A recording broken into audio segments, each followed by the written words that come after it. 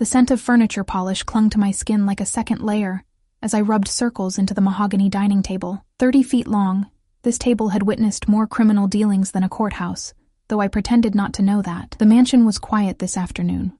Too quiet, with only the occasional footsteps of security personnel patrolling the grounds, disturbing the silence. Outside, rain tapped against the floor-to-ceiling windows, blurring the view of the immaculate gardens that surrounded Victor Castellano's estate.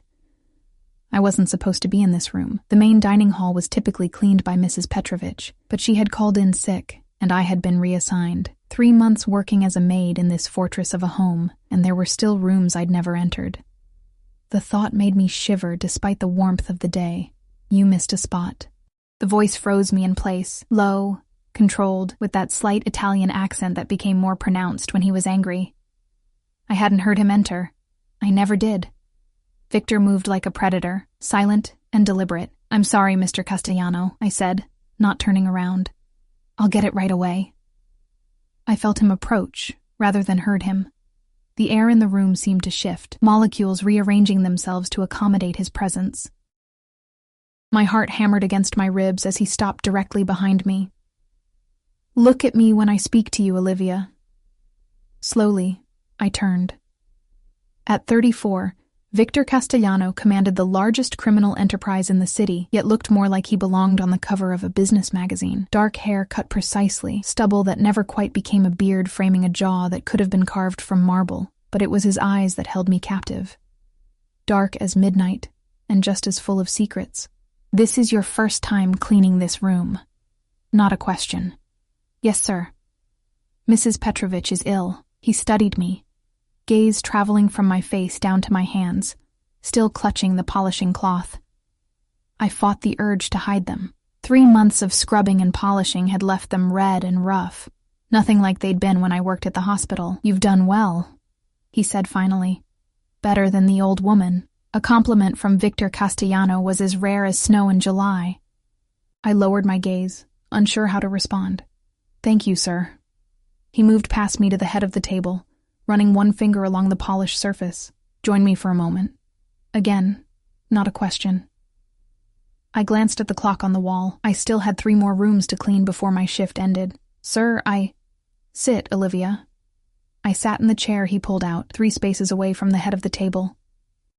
Close enough to hear him speak without raising his voice, but far enough to maintain the distance between employer and employee. Or so I thought. Victor slid into the chair directly beside me instead, the scent of his cologne, something expensive and woody, enveloping me. Up close, I could see the faint scar that ran through his right eyebrow, and the slight shadow of stubble along his jaw. "How long have you been with us now?" he asked, though I knew he was well aware of the answer. 3 months, sir. And before that, you were a nurse at St. Mary's Hospital." My stomach tightened. I'd never mentioned my previous job to him. "Yes, sir. Pediatric unit, specialized in neonatal care." His eyes never left my face. Quite a change, wouldn't you say? The air in my lungs seemed to evaporate. How much did he know? Did he know about Ryan? About what had happened? About why I needed to disappear into a job where no one would think to look for me? "I needed a change," I said carefully. Victor leaned back in his chair, the picture of relaxed authority. But I knew better. Nothing about this man was ever truly relaxed. "A nurse with your qualifications could find work anywhere, yet you chose to clean my home for minimum wage." I gripped my hands together beneath the table. "The pay is fair, Mr. Castellano." A smile ghosted across his lips. "Fair, perhaps, but not what you're worth." Before I could respond, the double doors to the dining room swung open. Angelo, Victor's head of security, strode in. His gaze landed on me before shifting to his boss, confusion evident. "Sir, Marconi is here." Victor's expression didn't change, but something in the air did. The temperature seemed to drop several degrees. "I told you I wasn't to be disturbed," he said, his voice eerily quiet. Angelo's face paled. "He insisted, boss. Says it's about the shipment from Calabria." Victor sighed, a sound so normal it seemed out of place coming from him. He stood, buttoning his suit jacket in one fluid motion. "Wait here, Olivia. We're not finished." I watched him leave, Angelo following a half-step behind.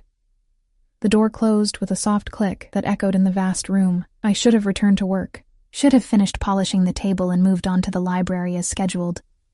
Instead, I remained seated, heart pounding. Victor Castellano had never singled me out before, had barely acknowledged my existence beyond the occasional nod when passing in the hallway. Now, suddenly, he knew my employment history, my specialization. 5 minutes passed, then 10. When it became clear he wouldn't return quickly, I stood and gathered my cleaning supplies. Whatever game he was playing, I couldn't afford to be a part of it. Not with Ryan depending on me, not with everything I'd sacrificed to keep us safe. I was halfway to the door when it swung open again. Not Victor, but Marconi, a man I'd seen visiting the mansion several times, always with an entourage of hard-faced men who seemed more comfortable with guns than conversation. Well, well, he said, eyeing me with unconcealed interest. Victor's hiding the pretty ones in the dining room now? I lowered my gaze, trying to sidestep him. Excuse me, sir. I need to finish my work. He moved into my path, close enough that I could smell whiskey on his breath. What's your name, Bella? Please, I need to go, I said, clutching my cleaning caddy like a shield. Marconi chuckled, reaching out to brush a strand of hair from my face. No need to rush. Victor and Angelo will be arguing for at least another 10 minutes, plenty of time for us to get acquainted. I stepped back, but the massive dining table blocked my retreat. Mr. Castellano asked me to wait for him. Did he now?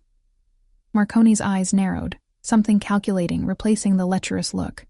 Interesting. The boss doesn't usually concern himself with the help. My skin crawled as his gaze traveled down my body. I wore the standard uniform, black pants and a simple white button-up shirt, nothing revealing or provocative. Yet I felt naked under his scrutiny. Just passing through, Marconi murmured, more to himself than to me. He reached out again, this time gripping my arm. But perhaps I should find out what makes you special enough for Victor's attention. His fingers dug painfully into my flesh as he pulled me closer. I dropped my cleaning caddy, the clatter of bottles hitting the hardwood floor echoing in the vast room. Let go of me, I hissed, trying to wrench my arm free. Marconi's grip only tightened. Feisty. I like that. I believe she asked you to let go.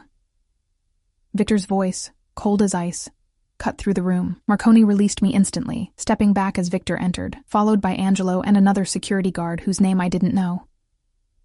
Boss, Who touched you? Victor asked, ignoring Marconi completely as he approached me, his eyes locked on the red marks forming on my arm. I swallowed hard, suddenly more afraid of the quiet rage in Victor's eyes than I had been of Marconi's unwanted advances. It's nothing, sir. Who touched you? Each word was a blade, sharp and precise. Before I could answer, Victor's hand shot out, gripping my wrist gently but firmly. He turned my arm, examining the marks, his face a mask of controlled fury. It was a misunderstanding, I said quickly, aware of how rapidly the situation was deteriorating. I'm fine, really. Victor's gaze never left my arm as he spoke. Angelo, escort Mr. Marconi to his car. Ensure he understands he's no longer welcome in my home. Marconi's face flushed with anger. Victor, over a maid, be reasonable. The Calabria shipment will proceed without your involvement, Victor finished, finally looking up. The expression on his face must have been terrifying, because Marconi actually took a step back. Consider our arrangement terminated. Angelo moved forward, hand resting ominously on the bulge beneath his jacket. Marconi looked from him to Victor, then back to me, understanding dawning in his eyes. She's not just a maid, he said slowly. Is she, Victor? The silence that followed was deafening. Victor's hand remained on my wrist, his thumb now making small, almost unconscious circles against my pulse point. Get him out, Victor said finally, his voice so quiet I barely heard it.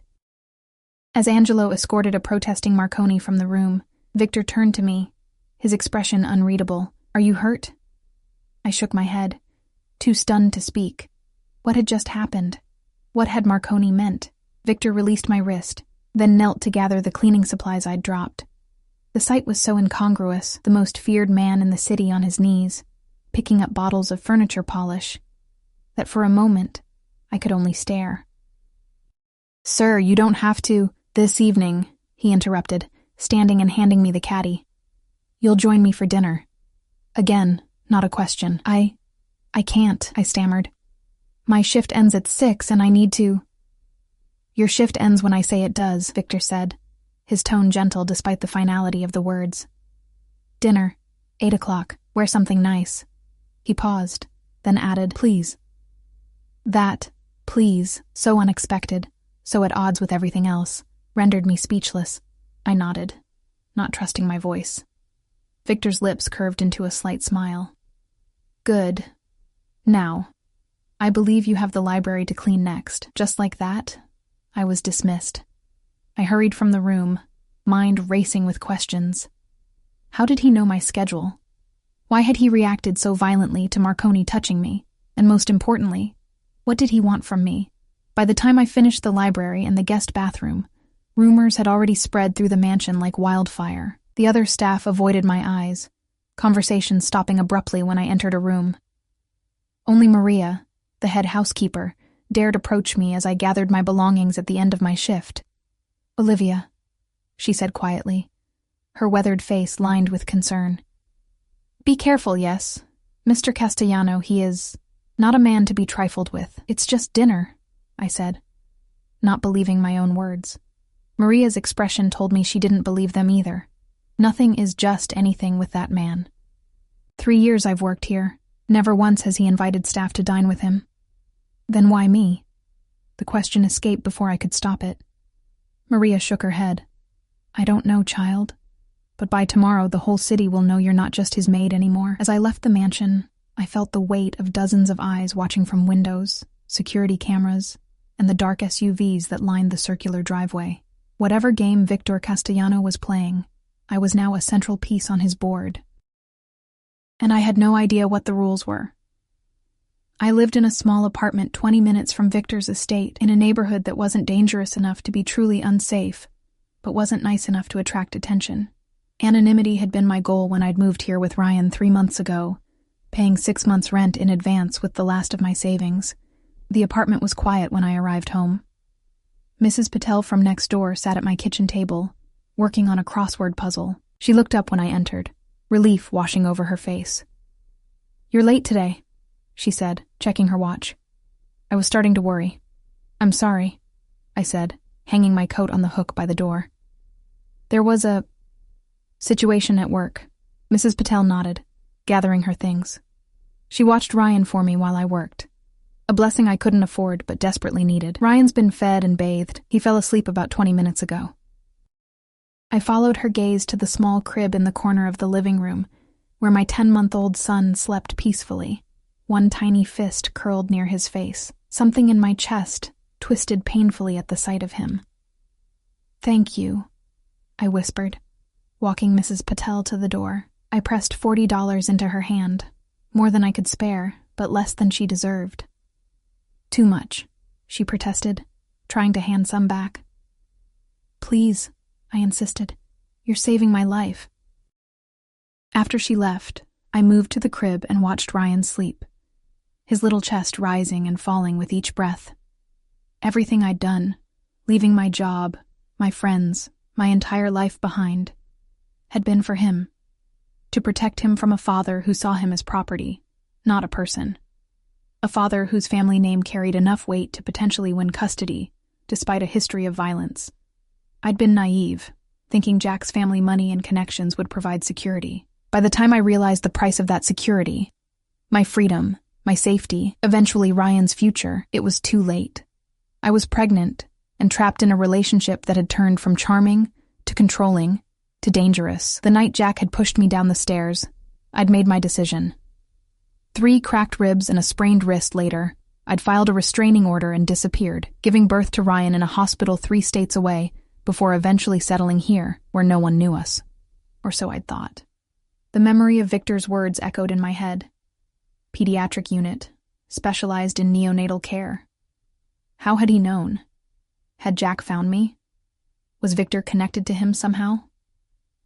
My heart raced as I glanced at the clock. 7:15. I had 45 minutes to get ready for a dinner I didn't want to attend with a man who terrified me. But refusing wasn't an option. Not if I wanted to keep this job, this apartment, this fragile safety I'd constructed. I called Mrs. Patel again, hating myself for asking more of her, but seeing no alternative. She agreed to return immediately, waving away my apologies. "Hot date?"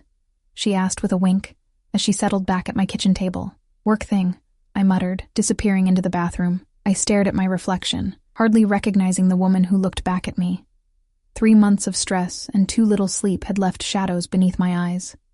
My blonde hair, once my pride, now hung limp around my face, desperately in need of a trim. I looked defeated. The thought angered me. I wasn't defeated. I'd survived Jack. I'd escaped. I'd built a new life for Ryan and me.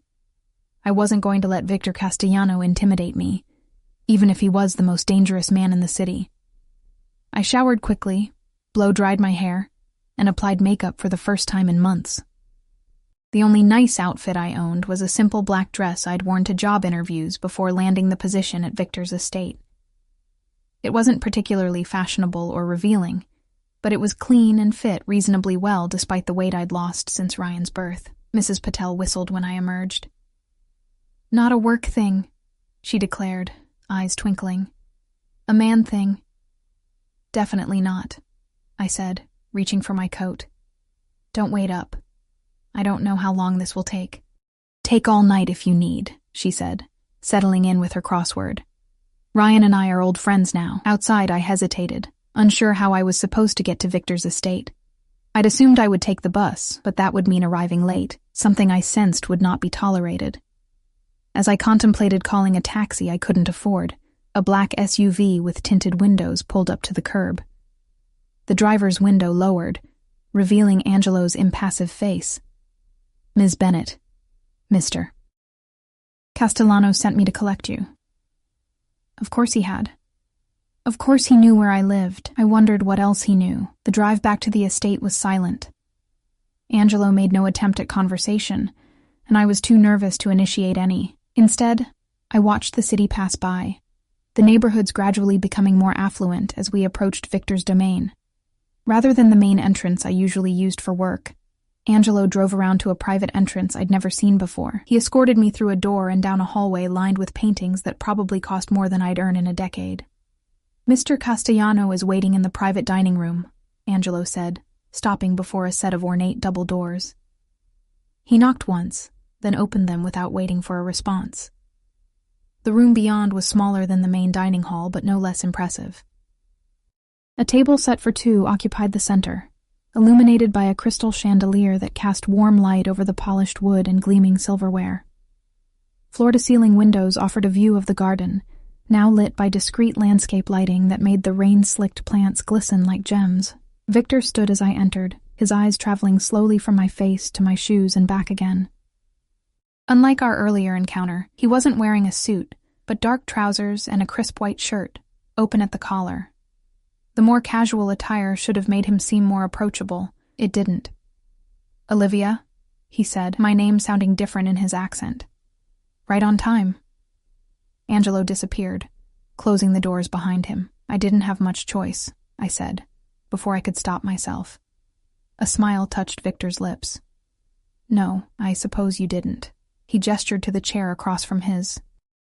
"Please sit." I did, uncomfortably aware of how different this was from our earlier interaction at the dining table. Then, I'd been in uniform, clearly an employee. Now, despite my modest dress, the lines were blurred. "Wine?" he asked, reaching for a bottle already open on the table. "No, thank you. Alcohol would only dull my senses, something I couldn't afford right now." Victor raised an eyebrow but didn't press.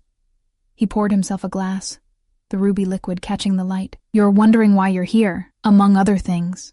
Ask, then." I hesitated, surprised by the invitation. "How did you know where I worked before? About my specialization?" Victor took a sip of his wine, watching me over the rim of his glass. "I know everything about the people who enter my home, Olivia. It's a matter of security. You didn't know about the others when they started," I countered. "Maria told me. Maria should mind her own business." The words were cold, but his tone remained conversational. "You're right, though. I typically leave the vetting of household staff to my head of security. Yours was of particular interest. A chill ran through me. Why? Before he could answer, the doors opened again, and 2 servers entered carrying trays. They set plates before us, some kind of delicate fish dish that smelled divine, and retreated without a word. Victor gestured for me to eat. I'm told you skip lunch most days. Another detail he shouldn't know. I picked up my fork, more to buy time than from any appetite. You haven't answered my question. No, I haven't. He cut into his fish with surgical precision. Tell me about your son. The fork clattered from my fingers onto the fine china plate. How do you... Ryan, isn't it? 10 months old now. Fear, cold and sharp, sliced through me. I pushed back my chair, ready to flee. If Jack sent you...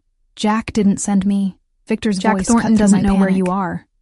No one from your past does. I froze, half standing. Then how do you know?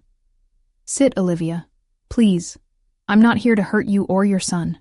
Slowly, I sank back into my chair, heart hammering so hard I could feel it in my throat. What do you want from me? Victor set down his utensils, giving me his full attention. 3 months ago, a woman with a newborn appears in my city. She has nursing credentials, experience in one of the best neonatal units in the country, yet she applies for a position as a maid in my home, a position that pays barely enough to cover rent and childcare. He leaned forward, eyes intent on mine. This woman has a bruised face she tries to hide with makeup. She gives a false name on her application but uses legitimate identification documents. She lives in an apartment rented under yet another name. I swallowed hard. I'd used my middle name, Bennett, on my job application, but my driver's license still showed my legal name, Olivia Collins. The apartment was rented under Lisa Warren, a complete fabrication. You were running from something, Victor continued. Someone. A man who hurt you. A man powerful enough that you felt the need to create a new identity. His jaw tightened. I recognized the signs. Why would you care? I whispered. Something dark passed over his face. My mother had similar signs when I was a child. No one helped her. The confession startled me. Victor Castellano, sharing something personal. It didn't fit the image of the cold, calculating crime boss I'd built in my head. I still don't understand, I said after a moment. Why hire me? Why this dinner? I hired you because you were qualified and desperate. A combination that usually ensures loyalty and discretion. He picked up his wine again. As for dinner, Marconi's actions today accelerated a timeline I hadn't planned to initiate yet. Timeline? I echoed, feeling increasingly lost. Your ex-husband's family has been making inquiries in the city, discreet ones, but inquiries nonetheless. Ice flooded my veins. He's found me? Not yet, but he will eventually. The Thorntons have resources, connections. How do you know about Jack's family? A smile with no humor. The Castellanos have been dealing with families like the Thorntons for generations, Olivia. Old money, political connections, veneer of respectability hiding rot beneath. I know exactly who they are. My mind raced. If Jack was looking in this city, it was only a matter of time before he found us. I needed to run again, start over somewhere new. But with what money? My savings were gone. What does this have to do with Marconi? I asked, trying to make sense of the pieces Victor was laying out. Marconi saw me take an interest in you. By now, he's told half the city that Victor Castellanos' maid is something more to him. Victor's eyes held mine. We're going to let them believe it. I don't understand. It's simple. If you're under my protection, the Thorntons won't touch you. They wouldn't dare. I stared at him, finally understanding. You want to pretend that we're involved? Precisely. Why would you do that for me? For a maid you barely know? Victor was silent for a long moment, swirling the wine in his glass. Let's just say I have my reasons. That's not good enough, I said, surprising myself with my boldness. Not if you want me to pretend to be your... whatever it is you're suggesting. His eyes flashed with something that might have been approval. Fair enough. The Thorntons have been moving into territory that concerns me. Jack's father has political aspirations that could complicate my business interests. Business interests. A polite euphemism for criminal empire. You want to use me to get at Jack's family, I said flatly. I prefer to think of it as a mutually beneficial arrangement. Victor leaned back in his chair. You get protection for yourself and your son. I get leverage against a family that's becoming problematic. And if I refuse? You won't. The certainty in his voice angered me. You don't know that. I do, he said simply. Because you're a mother who would do anything to protect her child, even align yourself with someone like me. The truth of his words stung. I would do anything to keep Ryan safe. Hadn't I already proven that by leaving everything behind? What exactly would this arrangement entail? I asked, hating how calculating I sounded. Like I was negotiating a business deal instead of my life. You would move into the east wing of the mansion. Private quarters, separate from mine. You would no longer work as a maid. To the outside world, you would be my companion. Your mistress, you mean? Victor's expression didn't change. Call it what you like. You would accompany me to certain events. Be seen with me in public occasionally. Nothing more would be required. And Ryan? Would live here as well, of course. I'll arrange for a qualified nanny. My laugh was bitter. You want me to let my son live in a house full of criminals, as opposed to an apartment where anyone could break in? Victor's voice hardened. This estate has security measures that would make the Pentagon envious. No one enters without my knowledge. No one. He had a point. But still. And what happens when you're done with this charade? When the Thorntons are no longer a problem? Then you'll be free to go, with enough money to start over properly. Somewhere the Thorntons will never find you. It was tempting. So tempting that I hated myself for considering it. Protection for Ryan, security I couldn't provide on my own. But at what cost? I need time to think, I said finally. Victor nodded, as if he'd expected this response. Of course. But not too much time, Olivia.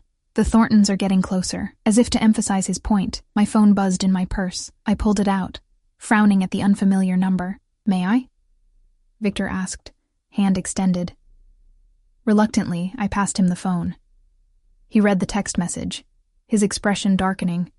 What is it? I asked, fear clawing at my throat. Victor handed the phone back, his eyes meeting mine. It seems we've run out of time. Jack's father will be attending a charity gala at the Westmore Hotel tomorrow night. The same gala I'm expected to attend. I looked down at the message. Olivia, it's been too long. I hear you're in the city. We should catch up. I'll be at the Westmore tomorrow night. For Ryan's sake, I hope to see you there. Jack. How did he get this number? I whispered, panic rising. How does he know? The question isn't how, Victor said, standing and coming around to my side of the table. It's what happens next. He knelt beside my chair, bringing his face level with mine.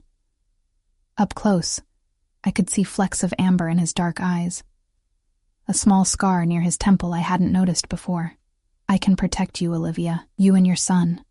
But only if you let me. In that moment, with Jack's threat hanging over me and my options disappearing like smoke, I made my decision. Perhaps it was desperation. Perhaps it was the unexpected gentleness in Victor's voice. Perhaps it was simply that, of all the dangerous men in my life, he was the only one who had offered protection instead of pain. All right, I said, my voice barely audible. I'll do it. Something like satisfaction flickered across Victor's face. He stood, offering his hand. Then let's get your son. Tonight, you both stay here. As he led me from the dining room, I couldn't shake the feeling that I'd just made a deal with the devil.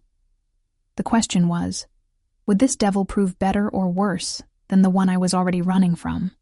By morning, as Victor had predicted, the whole city would know I wasn't just his maid. What they wouldn't know was that I wasn't truly his anything, just a pawn in a game between powerful men, fighting to protect the only thing that mattered, my son.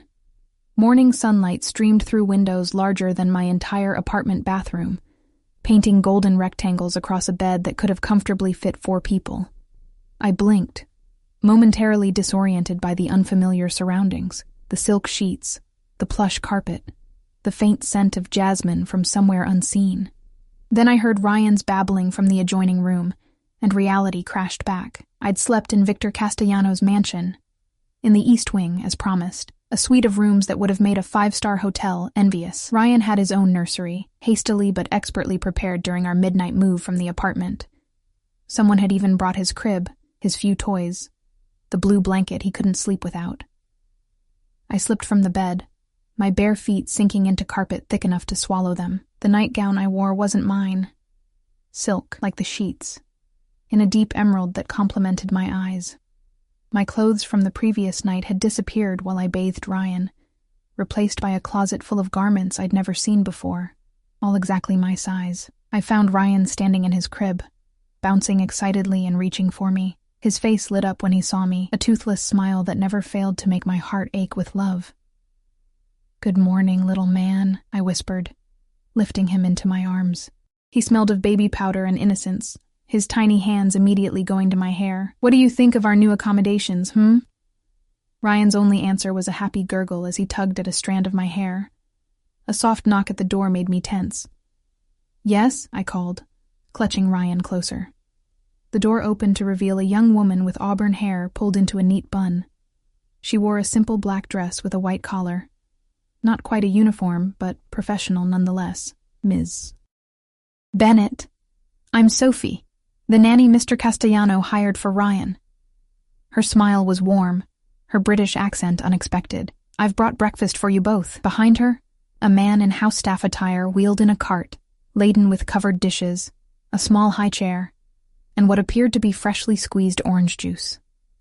He set it up near the window, nodded politely, and departed without a word. Sophie approached slowly, her eyes on Ryan. "He's beautiful," she said. 10 months old, correct?" I nodded, still wary. "You have experience with infants?" 7 years as a nanny, 3 of those with newborns. She reached into a pocket and produced a folded paper, which she handed to me. "My credentials and references. Mr. Castellano said you'd want to verify them." Of course he had. Victor Castellano, anticipating my concerns before I voiced them. It was both thoughtful and unnerving. "Thank you," I said, tucking the paper into the pocket of my nightgown. "I'd like some time alone with Ryan first, if that's all right." "Of course." Sophie moved to the door. "I'll return in an hour. Mr. Castellano asked me to remind you that the stylist will arrive at 11 to prepare for tonight's event. The gala. Jack." The events of the previous night rushed back, a wave of anxiety nearly knocking me off my feet. "Is he here?" I asked before Sophie could leave. "Mr. Castellano?" Sophie shook her head. "He left early this morning. Business, I believe. He said to tell you he'll return by 6 to escort you to the gala." After she left, I settled Ryan in the high chair and uncovered the breakfast dishes. Eggs Benedict, fresh fruit, pastries still warm from the oven. Nothing like the hurried toast or instant oatmeal that usually constituted our morning meal. "Well, Ryan," I said, cutting a small piece of banana for him, "I guess we're not in Kansas anymore." The morning passed in a blur of activity. Sophie returned, proving herself both competent and kind, answering my questions about the household while entertaining Ryan. I reviewed her references, impeccable, as expected, and reluctantly left my son in her care while I met with the stylist, a sharp-eyed woman named Valentina, who spoke mostly Italian and seemed personally offended by my split ends. 3 hours later, I hardly recognized myself in the mirror. Valentina had trimmed my hair, given it some kind of treatment that made it shine like polished gold, and styled it in loose waves that framed my face. My nails, previously bitten and uneven, were now perfectly manicured ovals painted a subtle rose. A makeup artist followed, working with a light hand that enhanced rather than concealed. By the time they were done, I looked rested, healthy, like the woman I'd been before Jack, before the fear and exhaustion had etched themselves into my face. "Mr. Castellano has selected your gown for this evening," Valentina informed me as she packed her supplies. "It will be delivered shortly. The car will be ready at 7. I nodded, too overwhelmed to argue about Victor choosing my clothes. One battle at a time. When the gown arrived, carried by 2 assistants as if it were made of spun glass, I understood Valentina's reverence. The dress was midnight blue, a color so deep it appeared almost black until the light caught it. Simple in silhouette, fitted bodice, flowing skirt. but the fabric moved like water, catching and reflecting light in a way that made it seem alive. It fit perfectly, of course, as did the delicate silver heels that accompanied it, the sapphire and diamond earrings, the bracelet that clasped around my wrist with a soft click. Standing before the full-length mirror, I barely recognized the woman who looked back at me. She was elegant, poised, the kind of woman who belonged on the arm of a man like Victor Castellano.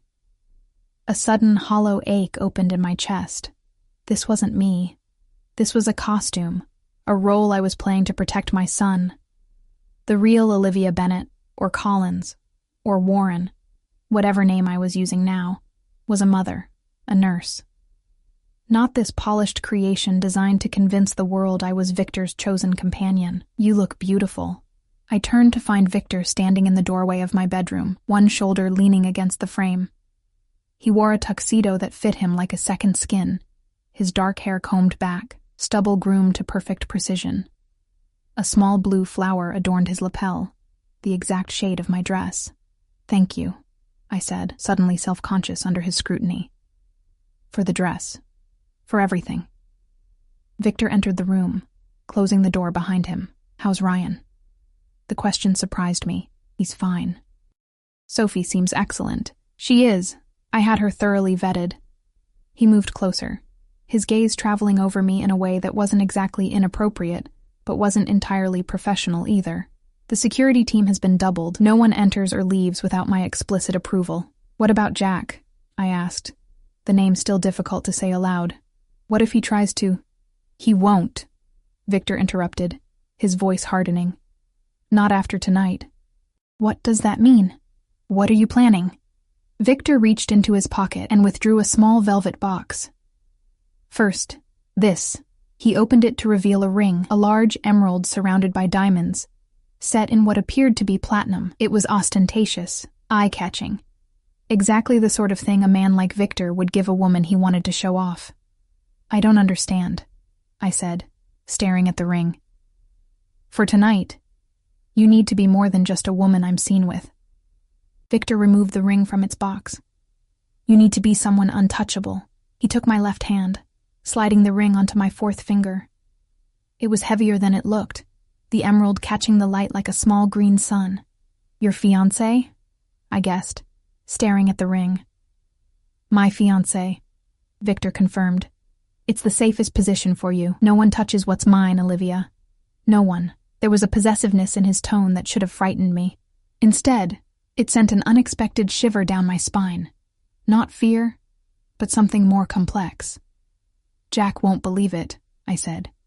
"He knows me. He'll know this isn't real."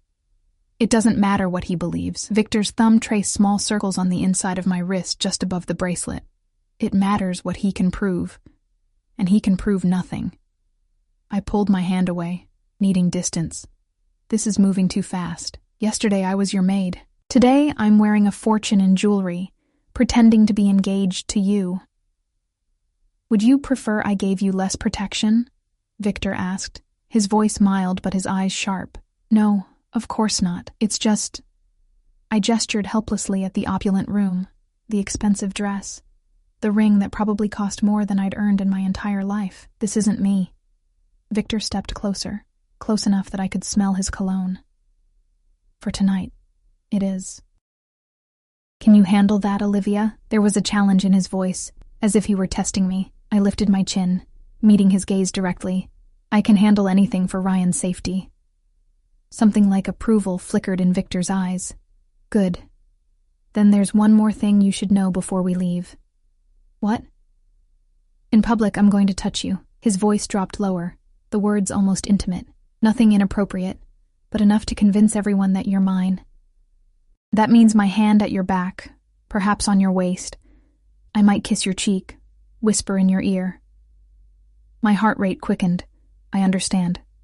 "Do you?" Victor's gaze was intense, because for this to work, you can't flinch. Can't look uncomfortable or surprised. You need to respond as if we've been lovers for months. Lovers. The word hung between us, charged with implications I wasn't ready to examine. "I said I understand," I repeated, more firmly this time. "I can play a part, Victor. I've been playing parts my entire life. First the dutiful daughter, then the perfect girlfriend, then the submissive wife. Pretending to be Victor Castellanos' fiancée was just one more role, albeit the strangest one yet. Victor nodded, apparently satisfied. The car is waiting. He offered his arm and I took it, the gesture feeling oddly formal given the intimate conversation we'd just had. As we descended the grand staircase, staff members paused in their duties to watch us pass. Their expressions ranged from curiosity to outright shock. The maid transformed into Cinderella, on the arm of the most dangerous prince in the city. Outside, Angelo held the door of a sleek black Bentley. As Victor helped me into the back seat, his hand lingered on mine a moment longer than necessary, the first act in our performance. The drive to the Westmore Hotel was silent. I stared out the window, watching the city lights blur past, trying to calm my racing heart. In less than an hour, I would face Jack for the first time since I'd fled with our newborn son. The thought made me nauseous with anxiety. "You're trembling," Victor observed quietly. I looked down at my hands, surprised to find them shaking. "I'm sorry, don't apologize." Victor reached across the seat, taking my hand in his. His palm was warm, the touch unexpectedly grounding. Fear is natural. Acting despite fear, that's courage. "Is that what this is? Courage?" I laughed bitterly. "It feels more like desperation." "Sometimes they're the same thing." The Bentley pulled up to the hotel entrance, where a red carpet stretched between velvet ropes. Photographers lined the walkway, flashes popping as elegantly dressed guests made their way inside. Angelo opened the door on Victor's side first. As he emerged, whispers rippled through the crowd. Victor Castellano rarely attended public events, and when he did, he came alone. Tonight would change that narrative. My door opened, and Victor extended his hand to help me out. The moment I emerged, flashbulbs exploded like miniature stars. I blinked, momentarily blinded by the light. Victor's arm slid around my waist, steady and possessive.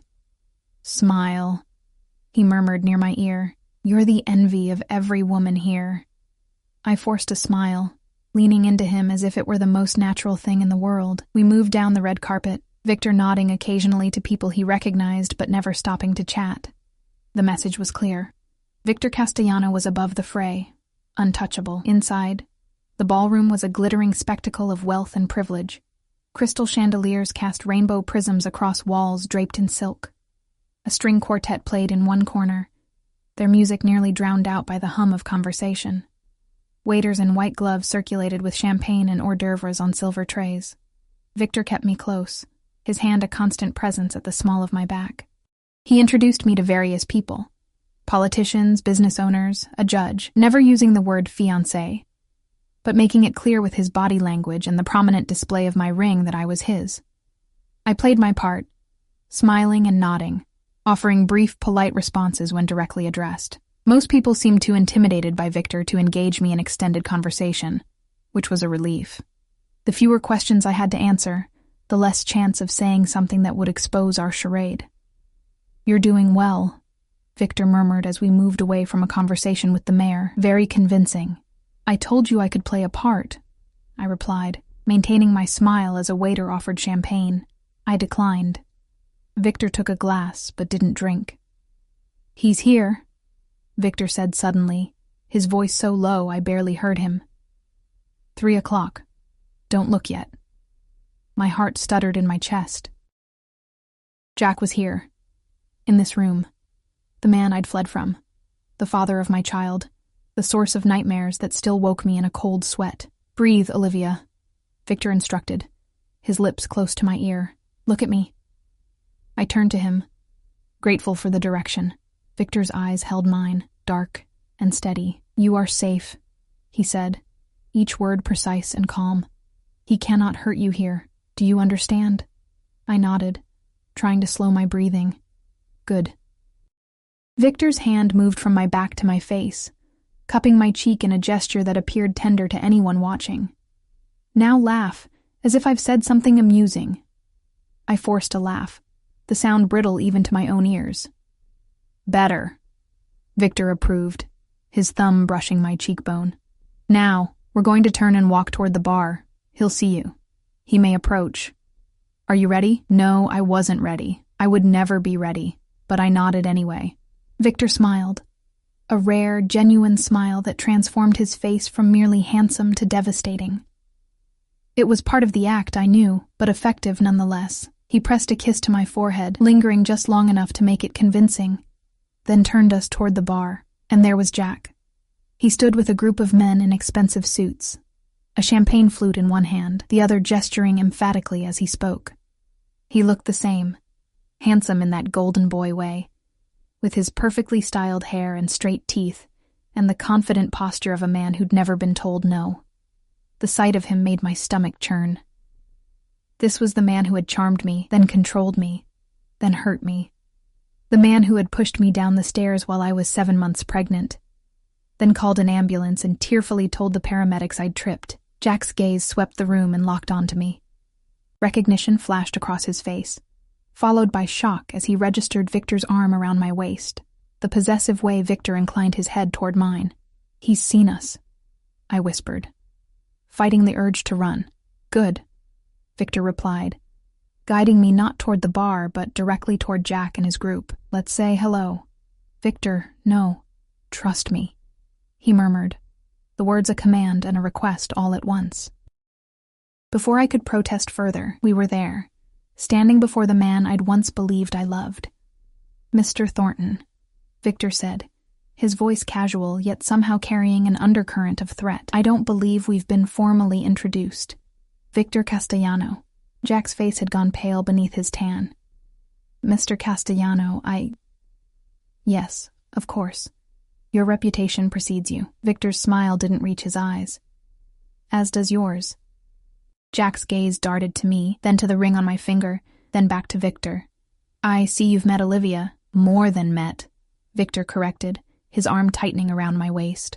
Olivia has made me the happiest man in the city by agreeing to be my wife. The bluntness of the declaration left Jack speechless for a moment. The men around him shifted uncomfortably, sensing the tension but unsure of its source. Congratulations, Jack managed finally, the words strained. Though I must say, it's unexpected. Olivia and I were married until recently. Separated, I corrected, finding my voice at last. For nearly a year. Jack's eyes narrowed. A temporary situation. We have a child together, Olivia, a son who needs his father. Victor's hand moved to my lower back, the touch reassuring. Ryan is doing quite well, actually. He's settled nicely into our home. The color drained from Jack's face. You've moved my son into your house? Without my knowledge or consent? Your son? Victor's voice was dangerously soft. The son you nearly killed when you pushed Olivia down the stairs? That son? Shock rippled through the small group around us. One of the men, an older version of Jack, his father Richard, I realized, stepped forward. Mr. Castellano, perhaps this isn't the place for such personal discussions, he said, his voice placating.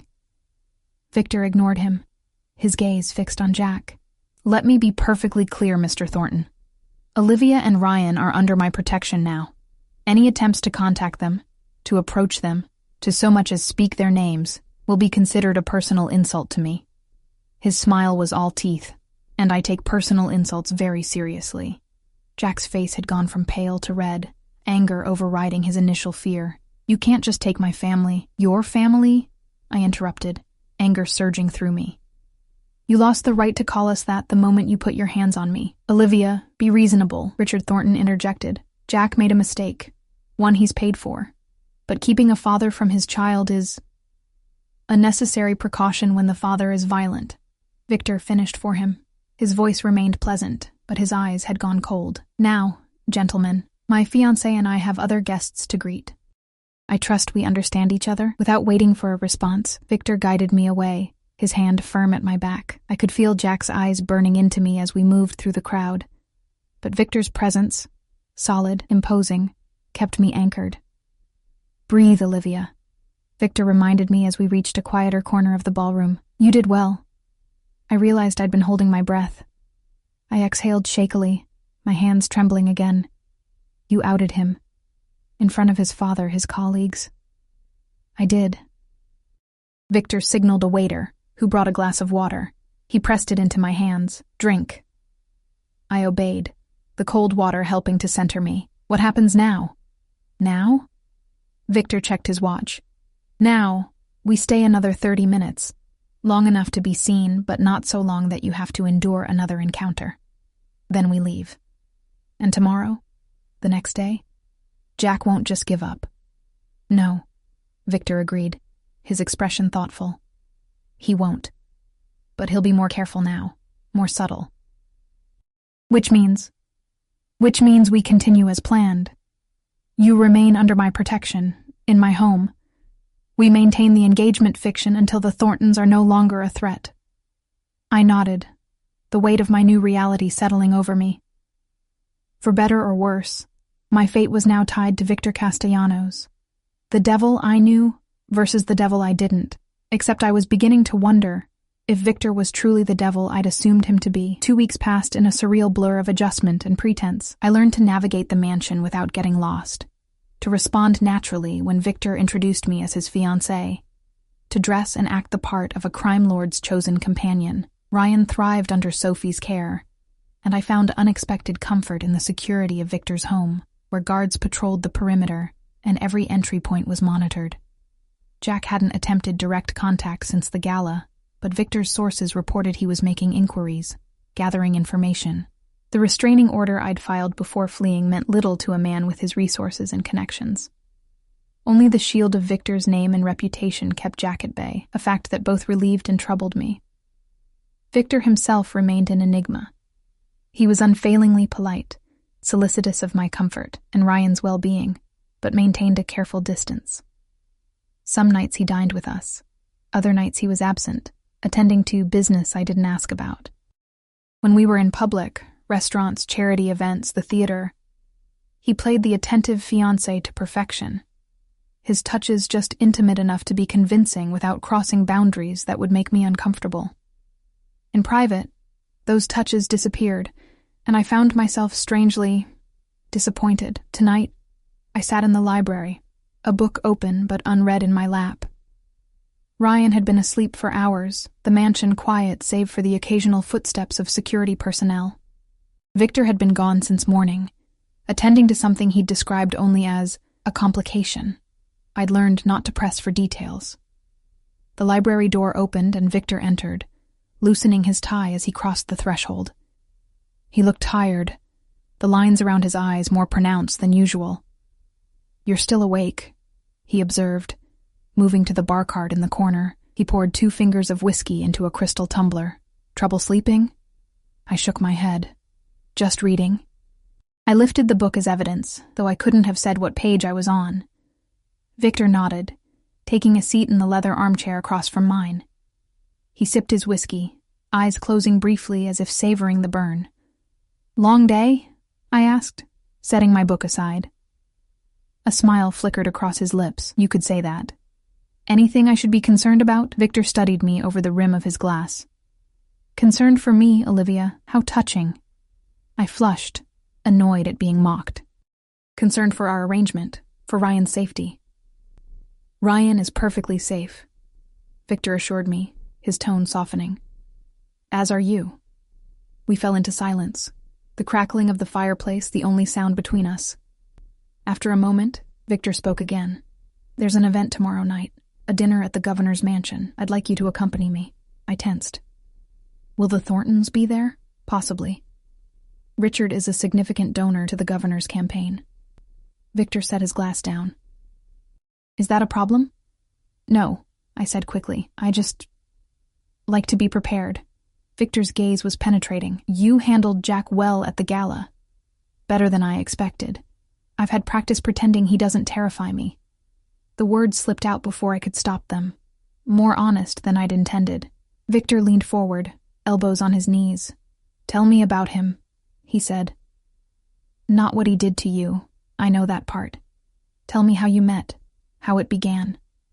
I blinked, surprised by the Why? request. "Because I need to understand my enemy," Victor replied simply. "And because you need to talk about it. You've been carrying it alone for too long." His perception unsettled me. I looked away, focusing on the flames in the fireplace. It's a cliché, really. Poor girl meets rich boy. He sweeps her off her feet. Details, Olivia. I sighed, the memories rising like ghosts. I was working at St. Mary's, night shift in the NICU. Jack came in with a friend whose wife had just delivered premature twins. He brought coffee for the entire staff, charmed everyone. When my shift ended, he was waiting, asked me to breakfast. I shrugged. I said yes. And then? Whirlwind romance, expensive gifts, weekend trips. He was attentive, generous, called me multiple times a day to check on me. I laughed bitterly. Later, I realized those calls weren't affection. They were control. Making sure I was where I said I'd be, with who I said I'd be with. Victor nodded, unsurprised. When did it change? When did you first see the real him? 6 months in, after I moved into his condo. I was late coming home from work. A baby had coded and I stayed past my shift. Jack was waiting, furious. He'd thrown my dinner against the wall. I swallowed hard, the memory still vivid. He apologized immediately, cried, said he'd been worried sick, imagining me hurt somewhere, made me promise never to be late without calling. And you believed him. It wasn't a question, but I nodded anyway. I made excuses for him. He was under stress at work. He loved me so much that worry made him crazy. All the usual justifications. When did he first hit you? The bluntness of the question made me flinch.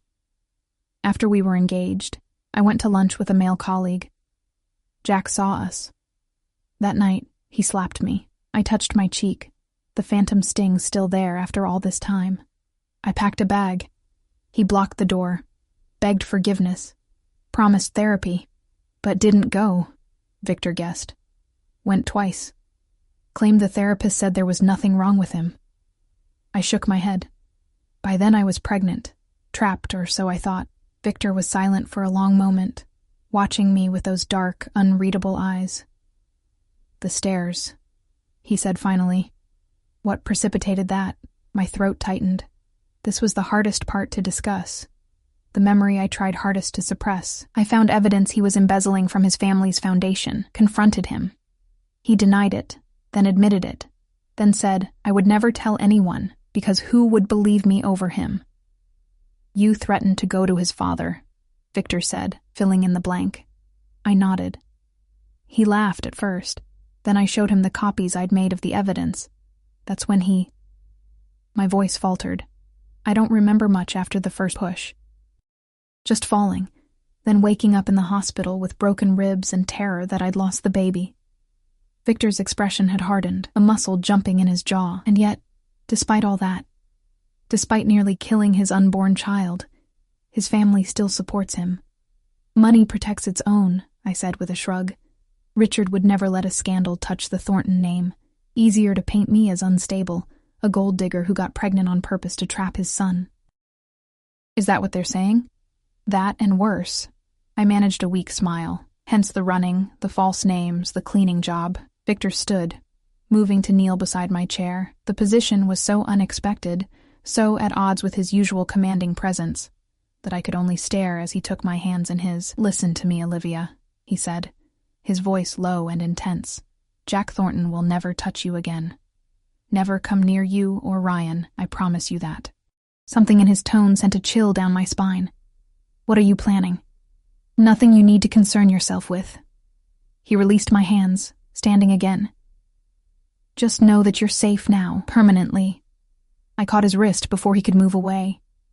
Victor, no violence, please. His eyebrow rose. You're asking a known criminal to play by the rules? I'm asking the man who has shown me nothing but kindness to not become a murderer on my behalf. A strange expression crossed Victor's face. Surprise, perhaps, or something more complex. There are ways to neutralize threats that don't involve violence, Olivia. Promise me. Victor hesitated, then inclined his head. As you wish. Jack Thornton will remain physically unharmed. Though his pride may not fare as well, relief washed through me. I released his wrist, suddenly aware of how intimate the contact had been. Thank you for telling me your story, Victor said, stepping back. Get some rest. The car will be ready at 7 tomorrow evening. He left the library without another word, leaving me to wonder what exactly I'd set in motion with my confession. The governor's mansion was even more imposing than Victor's home, a sprawling colonial-style structure with white columns and expansive grounds. As our car pulled into the circular driveway, I adjusted the emerald pendant at my throat. Another piece from Victor's seemingly endless supply of jewelry, chosen to match the ring I still wore. "Nervous?" Victor asked, watching me fidget. "A little," I admitted. "I'm still not used to this performance." "You're doing remarkably well." He reached across the seat, straightening the lapel of my midnight blue blazer. The outfit, tailored pants and a matching blazer over a silk camisole, was more understated than the gowns I'd worn to previous events, but no less expensive. "Remember, tonight is about connections. The governor is a reasonable man who values discretion. His wife, less so. Avoid her if possible. Anything else I should know?" Victor's lips quirked. "The salmon will be overcooked. Always is. Choose the beef." The unexpected bit of normalcy, Victor Castellano with opinions about catering, made me laugh. The sound seemed to please him. His eyes warmed slightly. Angelo opened the car door, and Victor exited first, then extended his hand to help me out. As we walked up the steps to the mansion's entrance, his hand settled at the small of my back. A touch I'd come to expect, even anticipate. Inside, the mansion buzzed with the controlled energy of powerful people in close proximity. Governors, judges, business leaders, old money and new, all circulating beneath crystal chandeliers, discussing deals and donations in hushed tones. Victor guided me through the crowd with practiced ease, introducing me to people whose names I immediately forgot. I smiled and nodded, playing my part as the adoring fiancé.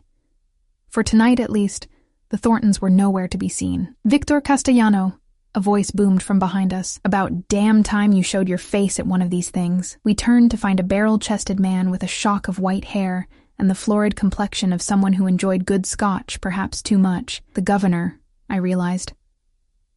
"Governor Matthews," Victor greeted him, his tone respectful but not deferential. "Thank you for the invitation." "Wouldn't take no for an answer this time." The governor chuckled, his gaze shifting to me. "And this must be the fiancé everyone's talking about." Victor's arm slipped around my waist. "Olivia Bennett, Governor Matthews." I extended my hand, which the governor took with both of his, holding it perhaps a moment too long. "A pleasure, my dear. You've accomplished the impossible, getting this one to attend social functions." "She can be quite persuasive," Victor replied smoothly. The governor winked at me. "I'll bet." "Listen, Victor, a word in private. That matter we discussed on the phone." Victor hesitated, glancing at me. "Perhaps later, Governor. I don't want to leave Olivia alone just yet." "Nonsense," the governor insisted. "She'll be fine for 5 minutes. My wife will look after her." He signaled to a severe-looking woman across the room, who began making her way toward us. Victor's grip on my waist tightened fractionally. "Very well, 5 minutes." He turned to me, his expression apologetic. "Will you be all right?" "Of course," I assured him, though my stomach knotted at the thought of being separated from him in this crowd of strangers. "Go ahead." Victor leaned in, pressing a kiss to my cheek that lingered just long enough to be convincing. "I won't be far," he murmured against my ear. The words meant only for me. Then he was gone, following the governor toward a set of doors at the far end of the room. The governor's wife arrived moments later, regarding me with the polite disinterest of someone fulfilling an obligation. "Mrs. Matthews," I greeted her, extending my hand. "Ms. Bennett," she replied, barely touching my fingers before withdrawing. "What an unexpected addition you are to our little circle." The emphasis on unexpected made her meaning clear. What was someone like me doing with someone like Victor Castellano? Victor speaks highly of these gatherings. I lied smoothly. "I've been looking forward to attending." Mrs. Matthews' smile didn't reach her eyes. "I'm sure. The governor tells me you were a nurse before. Your current situation," my current situation being engaged to a crime lord, presumably. I maintained my pleasant expression. "Yes, neonatal intensive care." "How noble," she said, in a tone that suggested anything but. "Excuse me a moment. I see someone I must speak with." She departed without waiting for a response, leaving me alone in the center of the room. I took a deep breath, fighting the urge to search for Victor. I could handle 5 minutes on my own. I wasn't that fragile. Olivia. The voice froze the blood in my veins.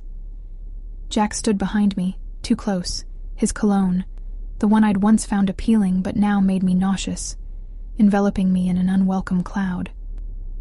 "You shouldn't be talking to me," I said without turning, proud of how steady my voice remained. "There's a restraining order, which doesn't apply at public events we both have legitimate reason to attend," Jack countered, moving to stand beside me.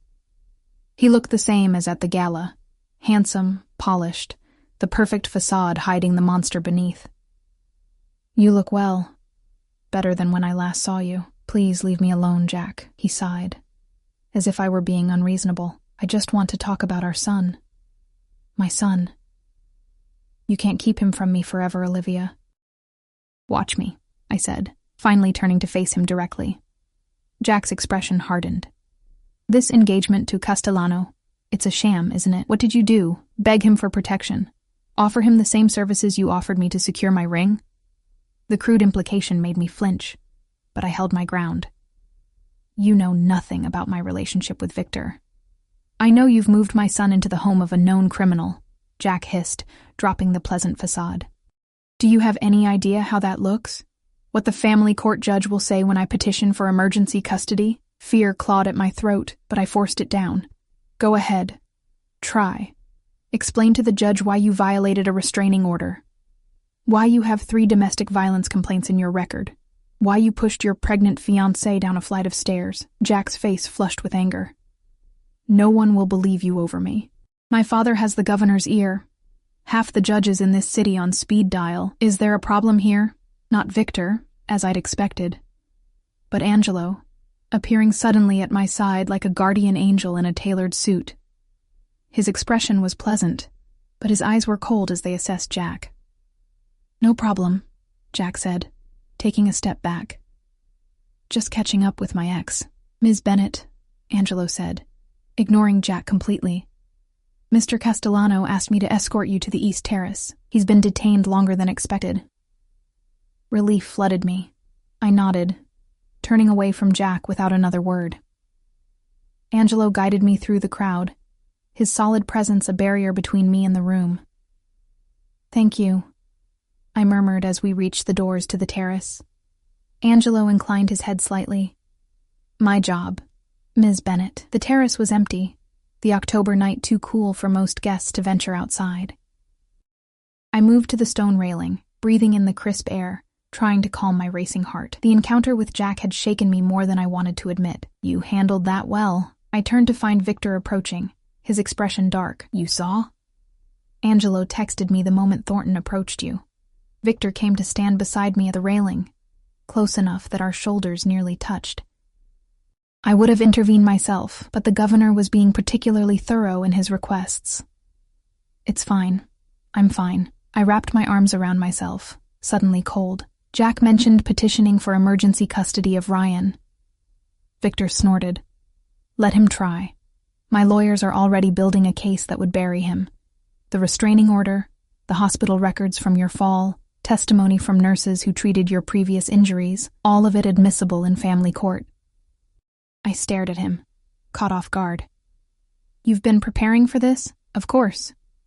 Victor removed his suit jacket and draped it over my shoulders. The fabric was warm from his body, his scent enveloping me.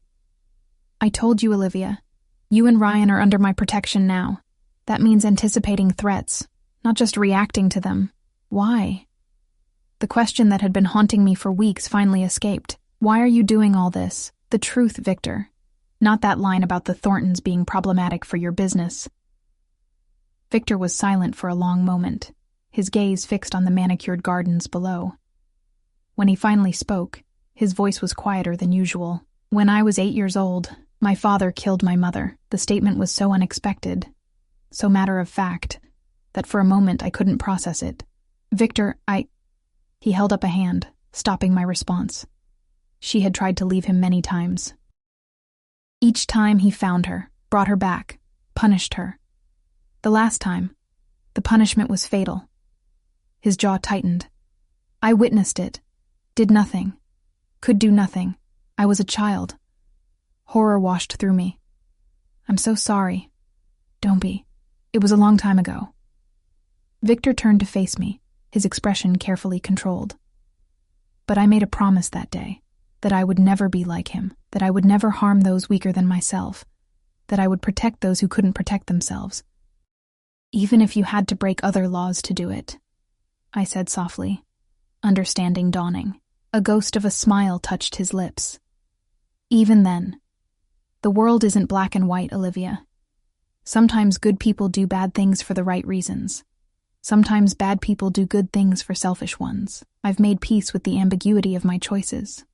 I studied him in the dim light of the terrace, seeing him, truly seeing him, for perhaps the first time. Not just the dangerous crime boss, not just the calculating protector, but a man shaped by trauma and determined to forge his own path through a complicated world. Thank you, I said finally, for telling me, for helping us. Victor reached out, tucking a strand of hair behind my ear. The gesture was so gentle, so at odds with the violence his hands were capable of, that it made my breath catch. We should return inside, he said, dropping his hand. Before your absence generates more gossip than it already has. I nodded, but neither of us moved. We stood there, facing each other in the cool night air, something unspoken passing between us. Not part of our charade, not for the benefit of watching eyes, but something real and unexpected. Victor's phone buzzed, breaking the moment. He checked it, his expression darkening. We need to leave. Now. What's wrong? Alarm surged through me at the sudden change. Angelo just received word that someone attempted to breach the security at the mansion. Victor was already guiding me toward the doors, his hand firm at my back. Ryan is safe. They never got close. But I want to return immediately. Fear clenched my heart. Jack? Unknown at this point, Victor said grimly. But we'll find out. And they will regret it. The mansion's security room was like something from a spy film, wall-to-wall monitors displaying feeds from dozens of cameras positioned around the estate. Victor stood at the center, radiating cold fury as Angelo replayed the security footage. On the largest screen, a shadowy figure scaled the garden wall, only to freeze as floodlights activated. The intruder bolted, escaping before security could apprehend them. The timing suggests prior knowledge of our attendance at the governor's event, Victor said, his voice dangerously calm. The breach occurred precisely when we would be away. Angelo nodded grimly. Attempted entry was near the east wing. Ms. Bennett's quarters. My quarters, where Ryan slept. Cold dread washed through me. How did they know where my rooms were located? Victor's expression darkened further. An excellent question. He turned to Angelo. Review staff movements for the past 2 weeks. Phone records, visitors, unusual behavior. Someone gave information to our intruder, already in progress, Angelo confirmed. And Ms. Bennett and Ryan, move them to my wing, tonight. The declaration caught me off guard. Your wing, but it has enhanced security. Victor cut me off, his tone brooking no argument. Separate entrance codes, additional guards. It's the safest place in the mansion. I wanted to protest, but couldn't argue with his logic. Ryan's safety came first. All right. Victor's gaze softened slightly. It's temporary, Olivia, until we identify who's behind this. But we both knew who was behind it. Jack might not have scaled the wall himself, but his fingerprints were all over this attempt. Within hours, my belongings and Ryan's nursery had been relocated to a suite adjoining Victor's private quarters. The rooms were even more luxurious than my previous accommodations. All dark woods and rich fabrics, masculine but not oppressively so. A connecting door led directly to Victor's rooms, though it remained firmly closed. Ryan slept through the move, blissfully unaware of the danger that had crept close to our sanctuary. I envied his peaceful ignorance as I paced the new rooms, too wired to sleep despite the lateness of the hour. A soft knock at the main door startled me. I opened it to find Victor, still in his shirt and trousers from earlier, though he'd discarded the tie and unfastened the top buttons of his shirt. "May I come in?" he asked. Uncharacteristically deferential, I stepped aside, allowing him to enter. He moved to the center of the room, hands clasped behind his back. A posture I'd come to recognize as his thinking stance. "We've identified the security breach," he said without preamble. One of the kitchen staff was approached 3 days ago. Offered $10,000 for information about your routines, your location in the house. My stomach dropped. Who approached them? Not Jack directly, someone working for him. Victor's jaw tightened. The staff member has been dealt with. I didn't ask what that meant. Some questions were better left unasked. What now? I wrapped my arms around myself, suddenly chilled despite the room's warmth. Now we end this. Victor's voice was quiet, but held an edge of finality. I've been patient, Olivia. Respected your wish that Jack remain physically unharmed, but he's escalated the situation by targeting my home, endangering my... He paused, seeming to search for the right word. My family. The word hung between us, heavy with implications. Were Ryan and I truly Victor's family now? Or just possessions he was protecting? What are you planning? I asked, tension coiling in my chest. Nothing illegal, as per your request. Victor moved to the window, gazing out at the night. But I'm done playing defense. Tomorrow, we take the fight to him. How? Victor turned back to me, his expression resolute. Do you still have evidence of his embezzlement? The copies you mentioned? I nodded slowly. In a safety deposit box, in another city, under another name. I kept it as insurance. I need it. Victor, I don't want to be responsible for... You won't be, he interrupted. This is my decision, my responsibility, but I need that evidence. I hesitated, torn between fear of what Victor might do and trust in his promise not to physically harm Jack. Finally, I nodded. I'll call the bank tomorrow. Good. Victor approached me, close enough that I could smell his cologne, see the faint stubble darkening his jaw. One more thing. What? We need to make our engagement more visible, public, undeniable. I frowned.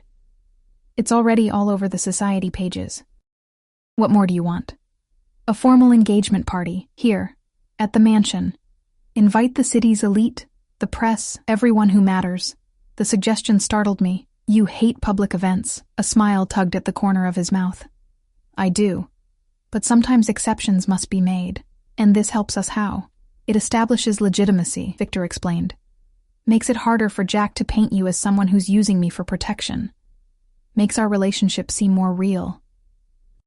It isn't real, I reminded him, the words coming out harsher than intended. Something flickered in Victor's eyes. Hurt? No, impossible. Victor Castellano didn't get hurt by words. Reality is perception, Olivia, he said finally, and we need the perception to be flawless. He was right, of course. The more convincing our charade, the safer Ryan and I would be, but the line between pretense and reality was blurring more each day, and I wasn't sure where that left me emotionally. When? I asked, conceding the point. Saturday, 3 days from now. Victor reached out, brushing his knuckles lightly across my cheek, a touch so unexpected it made me shiver. Get some rest. Angela will accompany you to the bank tomorrow. He left before I could respond, the door closing softly behind him. I stood frozen in place, my cheek still tingling from his touch, wondering when exactly the game we were playing had become something more. The next 3 days passed in a whirlwind of preparation. Victor spared no expense for the engagement party. Florists transformed the mansion's ballroom into a lush garden. Caterers prepared a menu that would make 5-star restaurants envious, and a small army of staff polished every surface until the entire house gleamed. Through it all, Victor was conspicuously absent. He left early each morning and returned late, offering only vague explanations about arrangements and tying up loose ends. The safety deposit box contents, files detailing Jack's systematic theft from his family's charitable foundation, had been handed over to Angelo without comment. Part of me feared what Victor planned to do with that information. The other part, the part that still woke in cold sweats from nightmares of Jack's hands around my throat, didn't care.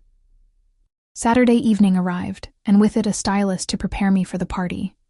The gown Victor had selected was breathtaking, a deep emerald that matched my ring, with a fitted bodice that flowed into a skirt of liquid silk. My hair was arranged in an elegant updo, my makeup subtle but enhancing. The woman in the mirror looked like she belonged in Victor Castellano's world, polished, confident, beautiful. a far cry from the frightened nurse who had applied for a maid position 3 months earlier. "You look stunning," Sophie said from the doorway. Ryan balanced on her hip. My son wore a tiny tuxedo, his blonde hair combed neatly to one side. "Doesn't Mommy look pretty, Ryan?" Ryan babbled happily, reaching for me with chubby hands. I took him from Sophie, careful not to wrinkle my dress. "Thank you for getting him ready." "My pleasure." Sophie smiled. "Mr. Castellano asked me to bring him down for a few photos before the guests arrive. If that's all right with you?" Photos. Another piece of evidence for our fabricated love story. I nodded. Of course. Downstairs, Victor waited in the grand foyer, striking in a black tuxedo that fit him perfectly. He turned as we descended the stairs, his expression changing when he saw us, softening in a way I'd rarely witnessed. "There they are," he said, stepping forward to meet us at the bottom of the staircase. His eyes traveled from my face to my dress and back again. "You look exquisite, Olivia." "Thank you," I said, oddly breathless under his gaze. "You clean up well yourself." Victor's lips curved in a smile. He reached for Ryan, who went to him willingly. My son had taken to Victor with surprising ease, fascinated by the deep voice and strong hands that handled him with unexpected gentleness. "The photographer is waiting in the library," Victor said, adjusting Ryan on his arm with practiced ease. "Just a few pictures for the society pages." The next half hour was surreal. Victor and I posing with Ryan, looking for all the world like a real family. Victor's arm around my waist, my head tilted toward his shoulder, Ryan giggling between us. The photographer coaxed genuine smiles from us, capturing moments that, in another life, might have been treasured family memories instead of carefully constructed evidence. "Perfect," the photographer declared finally. "These will be beautiful, Mr. Castellano." Victor nodded in dismissal, and the man packed up his equipment. Sophie stepped forward to take Ryan back upstairs. He would make a brief appearance at the beginning of the party, then return to the nursery for the evening. As Sophie departed with my son, Victor turned to me, producing a velvet box from his pocket. One last touch. Inside was a necklace, emerald surrounded by diamonds, matching the ring on my finger. Without asking, Victor moved behind me, fastening it around my neck. His fingers brushed my skin, lingering a moment longer than necessary. "There," he said softly. "Now you're perfect." Our eyes met in the mirror before us, and something passed between us, an acknowledgement of the strange intimacy we'd developed, playing these roles that were beginning to feel less like roles and more like something else, something neither of us had anticipated. The moment was broken by Angelo's arrival, announcing that the first guests had arrived. The ballroom filled quickly, politicians, business leaders, celebrities, all curious to see the woman who had captured Victor Castellano's heart. I played my part flawlessly, my hand in Victor's, smiling and greeting guests as if I'd been born to this life of privilege and power. Victor remained close, his arm around my waist, occasionally pressing kisses to my temple or whispering in my ear. Little gestures that appeared loving to observers, but were often just practical communications. "The man approaching is the district attorney. Be polite but vague." Or, "The woman in red is a gossip columnist. Say nothing substantive." Halfway through the evening, as we circulated among the guests, Victor suddenly stiffened beside me. I followed his gaze to the entrance, where Richard Thornton stood with his wife. Jack was noticeably absent. "I didn't invite them," Victor murmured, his grip on my waist tightening. "Then why are they here?" I whispered back, anxiety coiling in my stomach. "Let's find out." Victor guided me toward the Thorntons, his expression pleasant but eyes cold. "Mr. and Mrs. Thornton, what a surprise." Richard Thornton was a distinguished-looking man in his 60s, with Jack's coloring but sharper features. His wife, a brittle blonde whose face showed evidence of multiple cosmetic procedures, eyed me with barely disguised contempt. "Victor," Richard greeted him with forced cordiality. "We received word of your engagement celebration and felt we should pay our respects, given the complicated situation." "How thoughtful," Victor replied, each syllable dripping with insincerity. "Though I don't recall sending you an invitation." Richard's smile never wavered. "The governor mentioned it. We're old friends, as you know." "Of course." Victor's thumb traced small circles on my lower back. a subtle gesture of reassurance. Well, you're here now. Enjoy the champagne. It's excellent. He made to steer me away, but Richard stepped into our path. Actually, I was hoping for a private word. A matter of some importance. Victor raised an eyebrow. Whatever you have to say can be said in front of my fiancé. It concerns my son, Richard said, his gaze flicking to me briefly, and certain accusations being circulated. Ah. So Victor had already begun using the embezzlement evidence. I maintained my neutral expression, though my heart raced. Perhaps my office would be more appropriate, Victor conceded after a moment. He turned to me. Olivia, would you mind? Not at all, I said, forcing a smile. I'll circulate. Victor pressed a kiss to my cheek, whispering in my ear, Angelo will stay with you. This won't take long. As the men departed, Mrs. Thornton regarded me with thinly veiled hostility. You've certainly landed on your feet, haven't you? From nurse to criminal's whore in a few short months. The crudeness of the attack startled me. Mrs. Thornton, don't, she cut me off. Don't pretend this is anything but what it is, you latching onto the most dangerous man you could find to spite my son. I took a deep breath, reminding myself that causing a scene would only damage the image Victor and I had worked to create. I understand you're upset, but... You've ruined my son's life, she hissed, leaning closer. First with those ridiculous abuse allegations, then by taking his child, and now this... spectacle. She gestured at the party around us. What did Castellano offer you that Jack couldn't? More money? Power?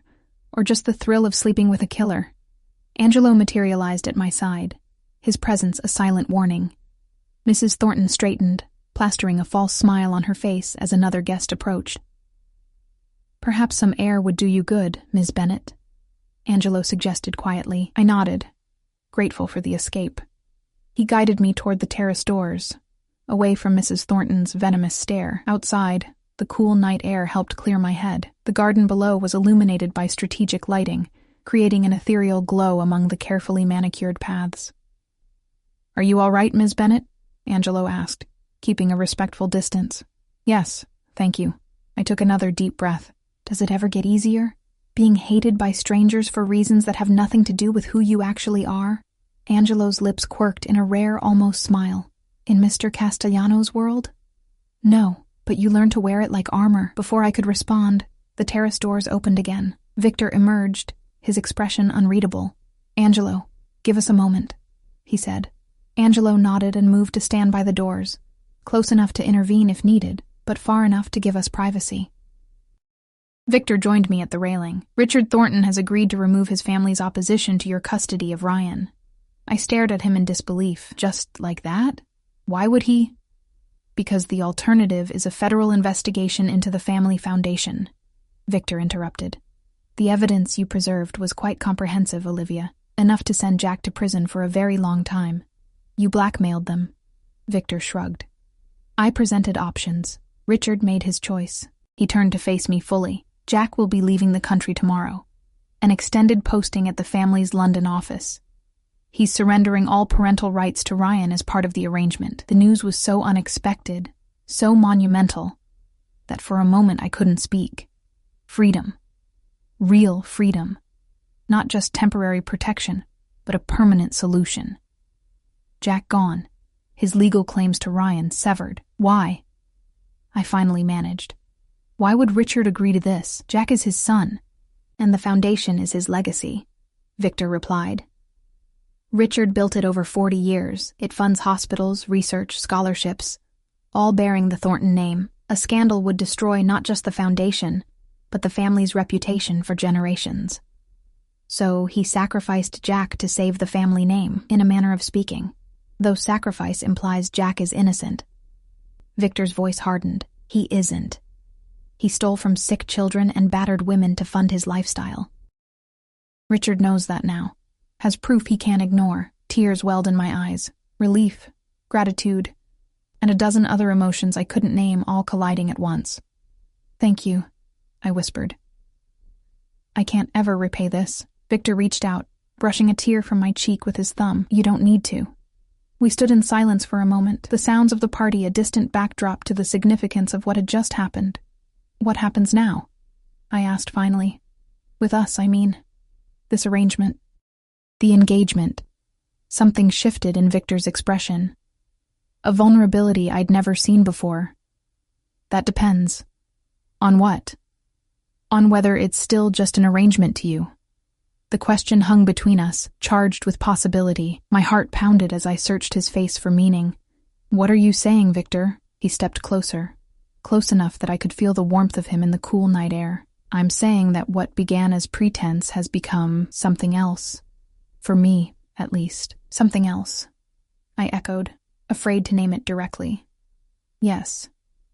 Victor's hand came up to cup my face, gentle but certain. "The question is, has it become something else for you too? Had it?" The line between performance and reality had blurred so gradually that I hadn't noticed when my feelings had transformed, when fear had given way to respect, when gratitude had evolved into affection, when the touch of his hand had begun to elicit not just security but desire. "It has," I admitted, the truth of it surprising even me.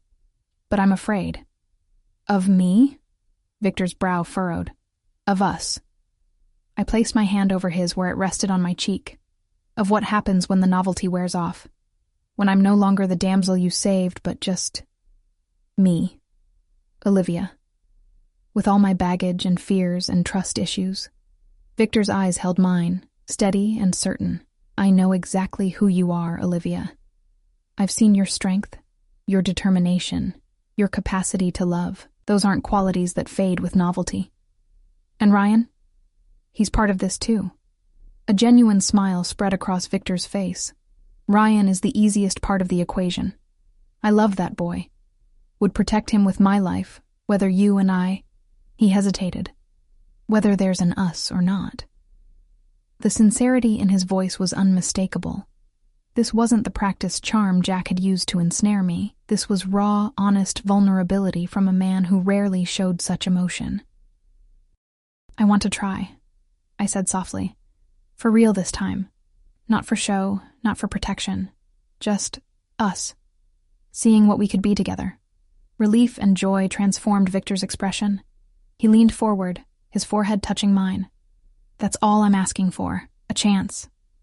His lips found mine, gentle at first, then deepening as I responded. This wasn't our first kiss. There had been others, brief touches for the benefit of observers, but it was the first real one.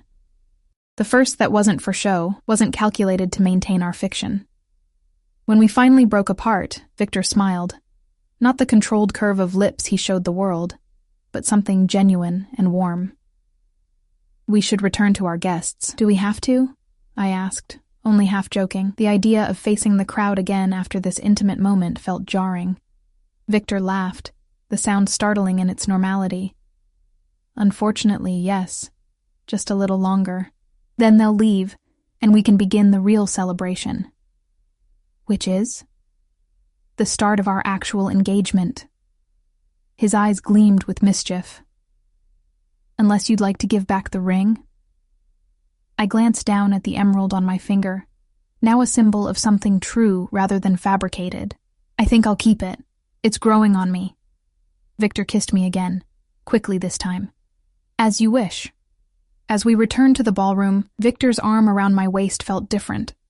Not possessive for show, but genuinely protective, genuinely affectionate. The guests, the music, the champagne, all of it seemed brighter, more vibrant now that the shadow of Jack had been lifted, and the pretense between Victor and me had transformed into something authentic. Mrs. Thornton watched us from across the room, her expression sour as she noted our clasped hands, the genuine smile on my face. For once, I didn't care about her judgment, or anyone else's. Let them think what they wanted. The truth was better than any fiction we could have created. Later that night, after the last guest had departed and Ryan slept peacefully in his nursery, Victor and I stood in the moonlight of his private balcony, his arms wrapped around me from behind as we gazed at the city lights in the distance. "No regrets?" he asked softly, his breath warm against my ear. I turned in his arms, meeting his gaze. "Not one. You saved us, Victor, not just from Jack, but from a life of running, of looking over my shoulder. You saved yourself, he countered. I just provided resources. And protection. And a home. I reached up, tracing the line of his jaw. And somewhere along the way, love.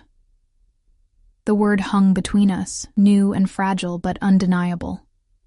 Victor's eyes darkened with emotion. Love, he repeated, as if testing how the word felt in his mouth.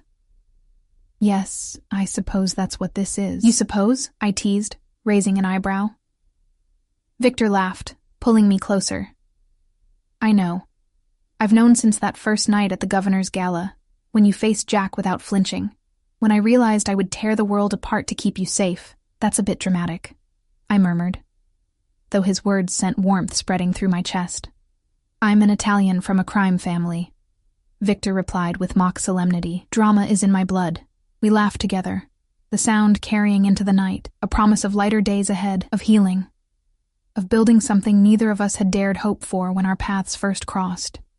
Later, as we lay together in the quiet darkness of Victor's room, now our room, I thought about the strange path that had led me here. From terror to safety, from pretense to truth, from isolation to family. Victor's arm tightened around me, as if sensing my thoughts. Sleep, Olivia, he murmured, his voice heavy with contentment. Tomorrow is the first day of our real life together. And as I drifted toward sleep, I realized he was right. The charade was over. The fear was gone. What remained was something neither of us had planned, but both of us had found. Love, in the most unexpected place. No longer his maid, no longer his pretend fiancé, but truly his partner. And he, no longer my protector by arrangement, but by choice, by love. The whole city had known I wasn't just his maid. Now they would know I was so much more. His equal, his love, his family. And this time, it wouldn't be a performance for safety's sake. It would be real. It already was.